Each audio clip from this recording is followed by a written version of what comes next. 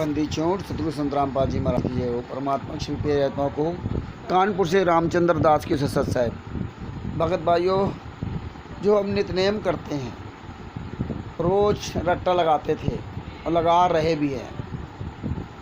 हमारे परमात्मा ने यथार्थ भक्ति बोध का अनुवाद नामक पुस्तक जो है, जिसमें नित्यनेम रवेड़ी संध्या आरती तीनों का अर्थ करके दिया, लेकिन ये 99% संगत यथार्थ भक्ति बोध पुस्तक को ले तो लिया, लेकिन उसको पढ़ती नहीं। अगर पढ़ भी लिया तो उसमें लिखा क्या, उस पर विचार नहीं करती, क्योंकि उसको तो केवल मैडम RSS या संजय या पवन ठग या अन्य लोग मिल जाएं और वो जैसा कहने लगे उनके पीछे लग जाएगी, लेकिन परमेश्वर ने जो पुस्तक बना दी उसके पीछे नहीं। अब परमेश्वर ने नित्यनेम के बारे में क्या कहते हैं? जो नाम दीक्षा DVD द्वारा ले रखी है या डायरेक्ट भी ले रखी है 2008 के पहले, उन सब के लिए परमेश्वर ने शिष्य की अधीनता नामक चैप्टर में पूरा प्रोसीजर बना दिया कि आप इस तरह से अगर नाम दीक्षा लोगे तभी सतलोक जा पाओगे, वरना सतलोक नहीं जा पाओगे। तो अब पहले तो नित्यनेम के बारे में सुनो, हमारे परमेश्वर क्या कर रहे हैं, वीडियो सुनिए। फिर परमेश्वर नित्यनेम में शिष्य की अधीनता का चैप्टर है, उसके बारे में बताएंगे। फिर परमेश्वर की दया जो यथार्थ भक्ति बोध के अनुवाद में शिष्य की अधीनता नामक जो चैप्टर लिखा हुआ है, जिसमें ये लिखा हुआ है कि प्रथम मंत्र, द्वितीय मंत्र, तृतीय मंत्र अपने सदगुरु से कैसे लेना चाहिए, क्या क्या गुरु उस शिष्य के अंदर गुण होना चाहिए, गुरु कौन कौन से गुण देखे तो उसको नाम दीक्षा दे, इसी तरह गुरु के अंदर कौन से गुण हों जो शिष्य देख करके तब उस गुरु से नाम दीक्षा ले। तो दोनों के बारे में परमेश्वर ने शिष्य की अधीनता में एकदम शीशे की तरह साफ किया है, क्लियर किया है। अब पहले नित्यनेम के बारे में सुनिए, जो परमेश्वर नित्यनेम के बारे में बता रहे हैं वो ध्यान से सुनिए। सत साहिब को थोड़ी गुरु महिमा सुनाते हैं।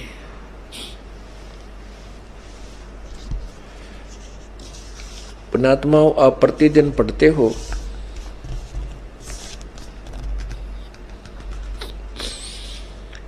नित्य नियम के अंदर, लेकिन आपने एक रूटीन बना लिया कि नित्य नियम तो करना ही करना है, बस फटाफट कर लो आज। अब इसको नित्य नियम को करे, ध्यान से सुने, उसमें क्या क्या आदेश है प्रभु का, उसके ऊपर विचार गहनता से करे प्रतिदिन, ताकि आप डगमग ना होगे। इसलिए दिया आपको ये। और आप पढ़ते हो, इसके क्रिया इसके विपरीत करते हो, तो आप वही होगे जैसे पहले हम गीता जी का ज्ञान पढ़ते थे और पूजा उस ज्ञान के विरुद्ध करते थे। तो क्या फायदा उस पढ़ने और पढ़ाने का? उस नित्य नियम की क्या फायदा हुआ नित्य नियम का? ये आपको जो भक्ति बोध में वाणी बताई है,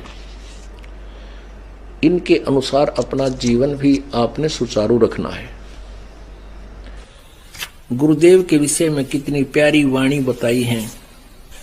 आप प्रतिदिन नित्य नियम करते हो, नित्य नियम सुबह वाले, और उसको आप केवल एक गीता वाले पाठ की तरह खींच देते हो, क्योंकि हमने CD पर रखी है, वो कैसेट पर रखी है, आप जी उसको सुनते हो, उसी के आधार से आपकी। अब कुछ दिनों में आपके वो याद हो जाएंगे, तो उनको केवल प्रतिदिन पाठन करने मात्र से लाभ नहीं होगा। उसके अंदर क्या कुछ मालिक का आदेश है, वो स्वाध्याय का ये करना का ये उद्देश्य होता है कि उसमें आदेश क्या दिया गया, उस पर हम खरे हैं कि नहीं, कितना ठीक चल रहे हैं। ये प्रतिदिन अपना टेम्परेचर खुद ही थर्मामीटर लाकर देख लेना चाहिए। आप नित्यनेम में भी पढ़ते हो, अपने नित्यनेम के अंदर आपको बहुत कुछ विज्ञान है। विज्ञान माने तत्व ज्ञान है, विशेष ज्ञान। और इस ज्ञान को आप केवल एक रूटीन में पढ़ लेते हो कि हमने ये एक पढ़ना है, प्रतिदिन नित्यनेम करना ही करना है, लेकिन एक व्यवस्था बनाकर नहीं इसको प्रतिदिन करना चाहिए। जितनी देर भी इसको सुनो, किसी भी पार्ट को इसके नित्यनेम का जितना भी बुद्धि मन निश्चल हो तेरा आपका, तो ये विचार करे कि इसमें क्या बोला है मालिक ने अपनी वाणी में, क्या आदेश है तेरे लिए। क्योंकि आप पौन घंटा नित्यनेम करते हो, इसमें ज्यादा से ज्यादा आपका मन 20% इस नित्यनेम के अंदर आप 20% ही सुन पाते हो। उस 20% को भी यदि आप विचार करो डेली कि इसमें क्या आदेश है मालिक का, और फिर अपने जीवन को सारा दिन उस दिन को ऐसे ही सुचारू रखो। क्योंकि आपको घर से निकलने से पहले ये पढ़ा इसलिए जाता है कि आपके साथ रास्ते में कोई निकम्मा भी टकराओगा, कोई गाली देने हो सकता, ये नहीं करना चाहिए था, ऐसा हो गया, फलान हो गया। कहते वो पतिव्रता यानी वो भक्त नहीं है। पतिव्रता के उठे नहीं, इस कर्म भ्रम की भूल, जो कर्म किया जा रहा है सतगुरु जो कह रहे हैं, उसमें भ्रम पैदा करता है, उसमें अविश्वास करता है, वो दुष्ट आत्मा है। ये कितनी दान करे, कितनी भक्ति करे, नथिंग है उसके पास। जैसे काल उदाहरण दिया था आपको, भगवान की किसी भी क्रिया में हमें विश्वास नहीं होना। कबीर जान बोझ साची तय करे झूठे से ने, जाके संगति है प्रभु सोपन मलिना दे।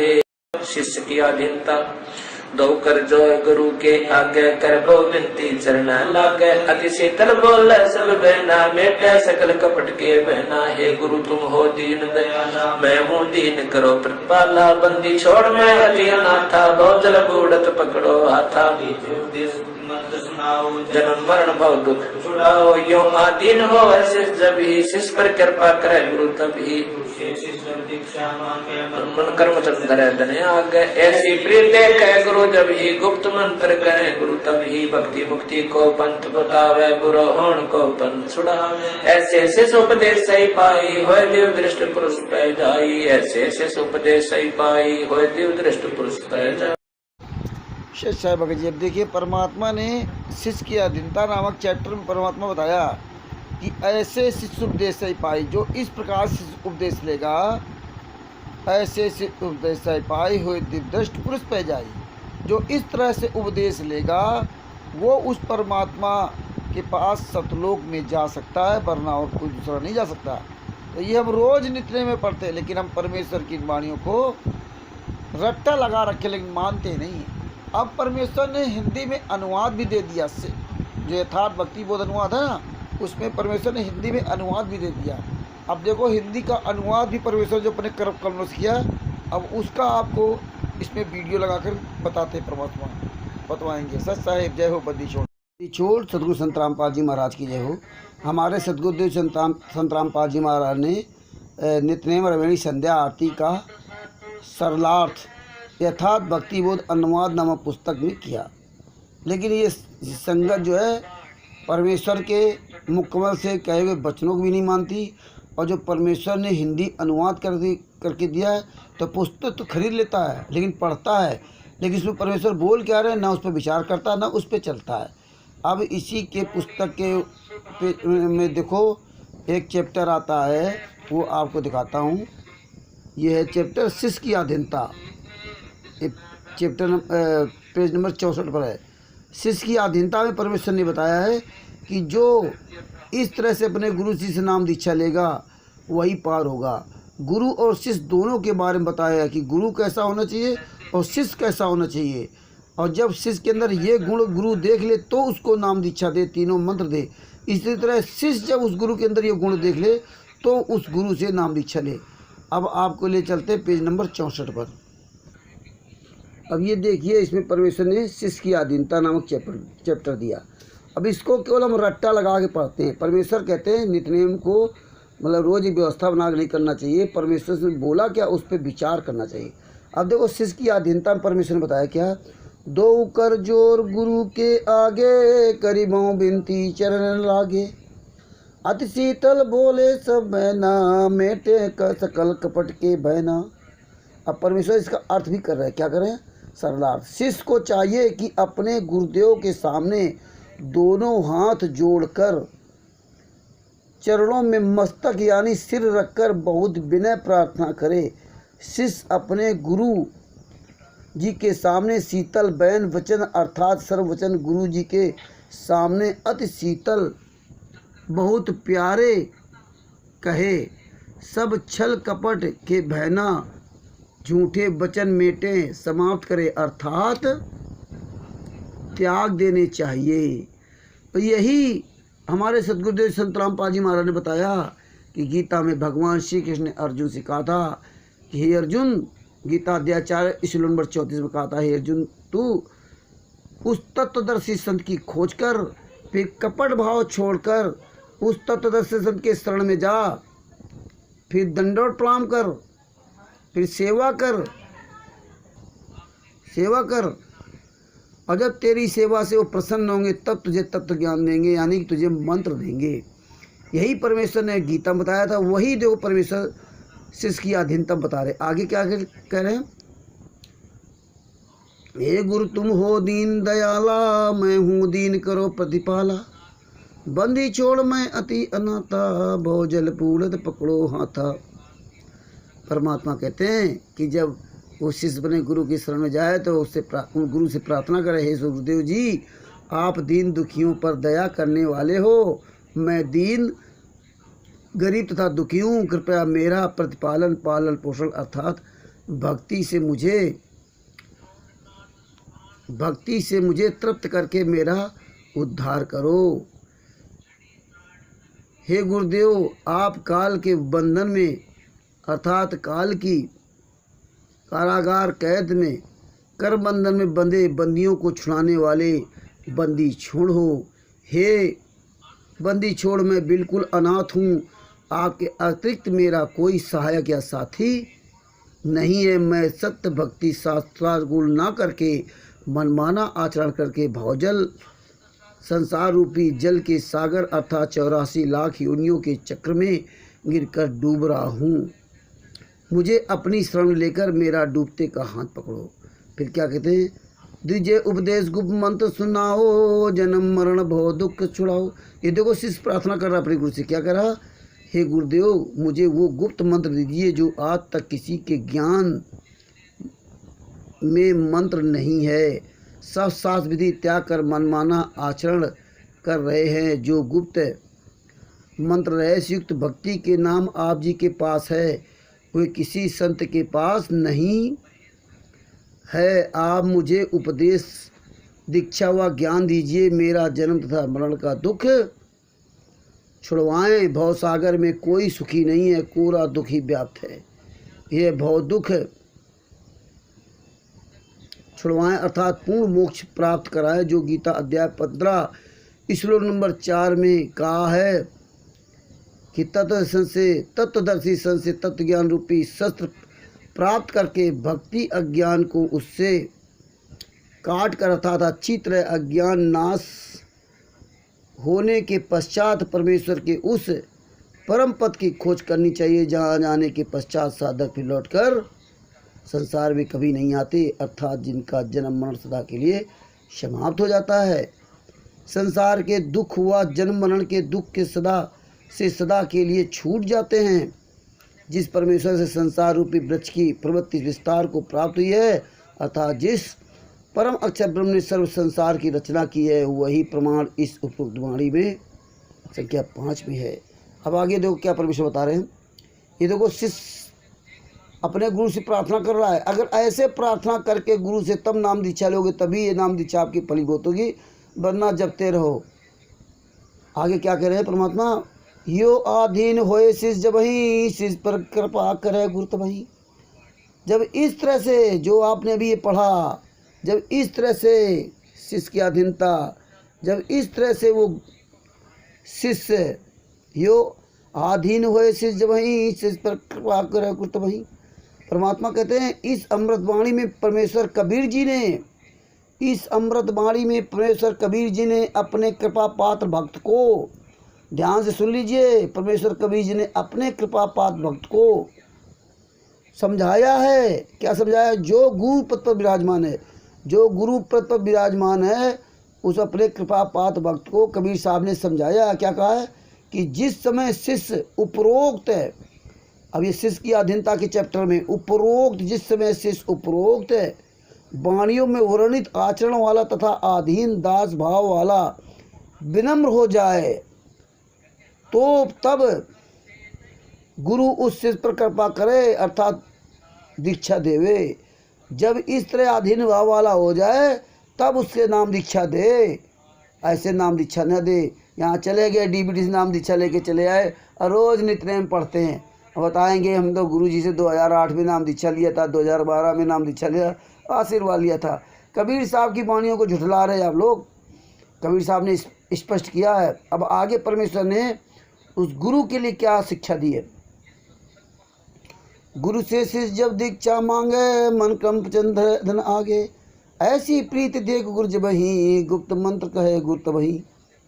इस वाणी में ध्यान से सुनिए, क्योंकि आप लोग पुस्तकों को पढ़ते नहीं, न ध्यान से सुनते हो, न समझते हो सरलार्थ। इस वाणी में शिष्य को नसीहत शिक्षा दी है कि जिस समय शिष्य गुरु जी से दीक्षा लेवे, अभी देखो ये दूसरी फिर नसीहत दी है शिष्य को, जब गुरु जी से दीक्षा लेवे उस समय मन कर्म वचन से समर्पित होकर कुछ दक्षिणा में धनराज गुरु के सम्मुख अवश्य रखे। बताइए किसने अवश्य रखी?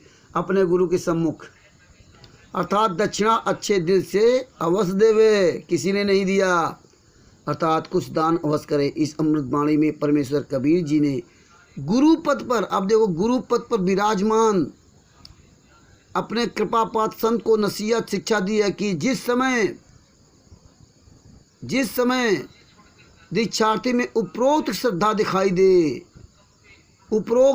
दिखाई दे तब उसको गुप्त मंत्र अर्थात सतनाम जो 2 अक्षर का है वह बोल कर बताए, अर्थात जो ऋग्वेद 9 सूक्त 93 मंत्र 2 में कहा है कि परमात्मा पृथ्वी पर विचरण करता हुआ मनुष्यों को भक्ति करने की प्रेरणा अपने मुख से वाणी बोलकर करता है तथा भक्ति के गुप्त मंत्रों का आविष्कार करके बताता है। वाणी में कहा है सो हम सब हम जग में लाए और सास आदि नाम हम गुप्त छिपाए।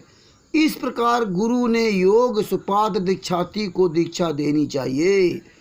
इस प्रकार जो गुरु होता है ना, योग सुपात्र को शिक्षा देनी चाहिए। इसके बाद आप ये सब पढ़ सकते हैं। अंत में क्या क्या परमात्मा ने ऐसे शिष्य उपदेश से पाई हुए दिव्य दृष्ट पुरुष पे जाई। सरलार्थ परमात्मा कहते हैं उपरोक्त विधि से, जो शिष्य की अधीनता नामक विधि है ना, उपरोक्त विधि से गुरु जी के सामने विनम्रता पूर्वक प्रश्न करने तथा समर्पित भाव से दीक्षा प्राप्त करके भक्त दिव्य दृष्टि अर्थात अलौकिक ज्ञान रूपी दृष्टि प्राप्त करके सतलोक में जाने का हरदम उद्देश्य रखकर भक्ति करता हुआ परमेश्वर के पास चला जाएगा। तो ये शिष्य की अधीनता के चैप्टर में परमेश्वर ने बता दिया कि अगर इस प्रकार से एक शिष्य अपने गुरु से नाम दीक्षा लेगा या वो गुरु शिष्य को इस प्रकार से नाम दीक्षा देगा तभी वो सतलोक का अधिकारी बन सकता है, तभी वो परमात्मा को पाने का अधिकारी हो सकता है, वरना नहीं। तो आज ये जितने भी भगत अपने आप को कहते हैं डीबीडी के द्वारा नाम दीक्षा लेने वाले, वो खुद विचार कर लें कि आप संत रामपाल जी महाराज के शिष्य हो या नहीं हो। ये स्वयं परमेश्वर के मुकम्मल से बोले गए वचनों और लिखित वचनों से आप स्वयं निर्णय लीजिए। सच साहेब इसीलिए दास कहता है परमेश्वर के ज्ञानाधार से, परमेश्वर के वचन से के आधार से, परमेश्वर द्वारा लिखित जो सत्य प्रमाण के आधार से दास कहता है कि जिसने भी डीबीडी द्वारा नाम दीक्षा ली है वो फर्जी है, वो कभी भी सफल नहीं हो सकती। अपने परमेश्वर के द्वारा लिखित पुस्तकों को ध्यान से पढ़ो, समझो। ऐसे ही परमेश्वर दूसरे चैप्टर का भी परमेश्वर वीडियो बनवाएंगे। सत साहेब बंदी छोड़ सतगुरु संत रामपाल जी महाराज की जय हो। अब ये दास जो 13वां वंश है, इसके बाद कोई संत नहीं रहेगा। ये परमात्मा ने ये आधुनिक उपकरण इसलिए बनवाए हैं क्योंकि नकली गुरुआ ने काम बिगाड़े सदा ही। परमात्मा कबीर जी आए, उसके बाद सारे ने काम बिगाड़ दिया। गरीबदास जी को परमात्मा मिले, उन्होंने सही ज्ञान दिया, लेकिन उनके अनुयायियों ने, महंतों ने, पंथों ने, संतों ने उसको उस ज्ञान का कति बट्ठा बैठा दिया। अब 13वें वंश के बाद, इस दास के बाद आधुनिक उपकरणों के माध्यम से ये सारा ज्ञान सीडी कैस्टों के माध्यम से चलेगा। इन्हीं के माध्यम से उपदेश हुआ करेगा। कोई दूसरा प्रभु बनेगा नहीं, क्योंकि प्रभुता जीव की शत्रु होती।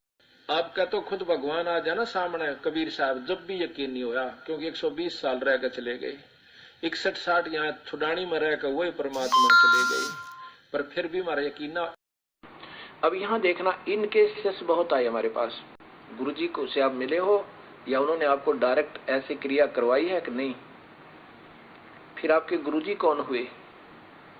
गुरुजी तो वो है जो प्रैक्टिकल करवावे और आमने सामने मंत्र देवे। गुरु का स्थान तो इस संसार में ईश्वर से भी बड़ा। जिस प्रकार सूर्य के उदय होने पर अंधकार दूर होता है, उसी प्रकार गुरु के वचन मन में फैले अंधकार को नष्ट कर उसे ज्ञान की दिव्यता से सुसज्जित करते हैं। गुरु की शरण तीर्थ के समान होती। जो गुरु का अपमान करे, जो गुरु पर संदेह करे, जो गुरु की अवहेलना करे, उसका अंत तो निश्चित होता है। गुरु की स्वीकृति और उनके आशीष के बिना किया गया कोई भी कार्य अपनी पराकाष्ठा तक नहीं पहुंच सकता। गुरु की योग्यता और गुरु की महानता उसके शिष्य की सफलता पर आश्रित नहीं होती। देवगुरु